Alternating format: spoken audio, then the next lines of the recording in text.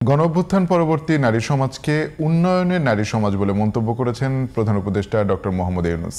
সকালে রাজধানীর ওসমানী স্মৃতি মিলনায়তনে রোকেয়া পদক প্রদান অনুষ্ঠানে এমন মন্তব্য করেন তিনি। সরকার প্রধান বলেন, ভবিষ্যৎ বাংলাদেশ বিনির্মাণে গণঅভ্যুত্থানে নারীদের অবদান জাতিকে উৎসাহ যোগাবে। এদিন 4 জন নারীকে দেয়া হয় রোকেয়া পদক। রফিক মাহমুদের রিপোর্ট। বেগম রোকেয়া দিবস উপলক্ষে মঙ্গলবার সকালে রাজধানীর ওসমানী স্মৃতি মিলনায়তনে রোকেয়া পদক প্রদান ও সাংস্কৃতিক অনুষ্ঠানের আয়োজন করে মহিলা ও শিশু বিষয়ক মন্ত্রণালয়। অনুষ্ঠানে নারী শিক্ষা, নারী অধিকার, মানবাধিকার ও নারী জাগরণে বিশেষ অবদানের স্বীকৃতি হিসেবে 4 নারীর হাতে রোকেয়া পদক 2025 তুলে দেন প্রধান উপদেষ্টা ডক্টর মোহাম্মদ ইউনূস। পদকপ্রাপ্তরা হলেন নারী শিক্ষায় রুভানা রাকিব, নারী অধিকারে কল্পনা আক্তার, মানবাধিকারে নাবিলা ইদ্রিস ও নারী জাগরণে ঋতুপর্ণা চাকমা।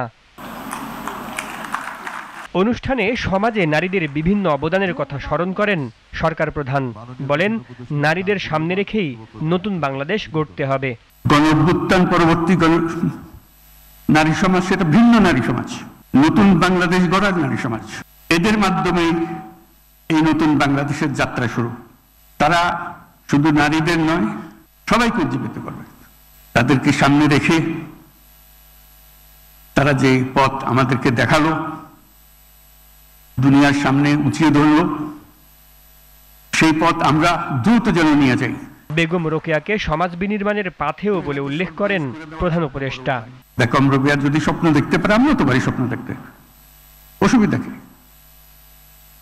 দেখি না একবার বেগম রোকেয়া কদ্দূর এগিয়ে দিয়ে গেছে, আমরা অনেক দূর নিয়ে যাব। আর কিছু করতে না পারি, স্বপ্নটা তো দেখতে পারি। বেগম রোকেয়া তাই করেছে, স্বপ্ন দেখে গেছে। বেশি কাজ করতে পারেনি, স্কুল করেছে, ঠিক আছে,